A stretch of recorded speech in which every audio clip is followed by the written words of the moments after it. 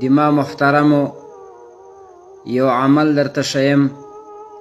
د دې عمل شکرانه هغه صرف دا ده چې هر مسلمان به دا په ځان لازموي چې دا ویډیو به مخکې هم شیر کړي، ځکه ډېر مسلمانان هم په دې پریشاني او دې فکر کې دي. نو که یو څوک ځان مسلمان بولي او بل مسلمان سره ځان په غم کې شریک بولي، نو دا ویډیو به اول شیر کوي. انشاءالله د ضمانت سره سره هغه مسلمانان چې د خپل اولاد په نفقه پورې حیران دي او پریشانه دي، د هغو دپاره یو مجرب عمل انشاءالله په تجربه دې ورسوي. که چیرې دا کار ونه سو، ګیله دې انشاءالله دې ما نه کوي.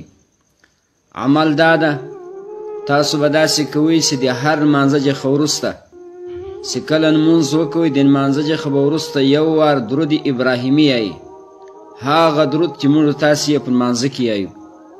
د هغه نه وروسته به 21 وارې دغه درې نومان د الله تعالی یادوئ: یا الله یا غنیو یا مغنیو، یا الله یا غنیو یا مغنیو، یا الله یا غنیو یا مغنیو. 21 وارې دا الفاظ د هغه څخه به وروسته بیا درود ابراهیمي یایي. بیا یې په تجربه ورسوئ چې آیا د موږ هغه کاروبار، د موږ کسب، د موږ معاش، د موږ روزي اوس په کوم حیثیت باندې ده. انشاءالله عاجز ته به دعا کوئ، خو ما اول درته ویلو چې د دې دم اجازه به هغه چاته وي چې دغه ویډیو مخکې نورو مسلمانانو ته شیر کړي.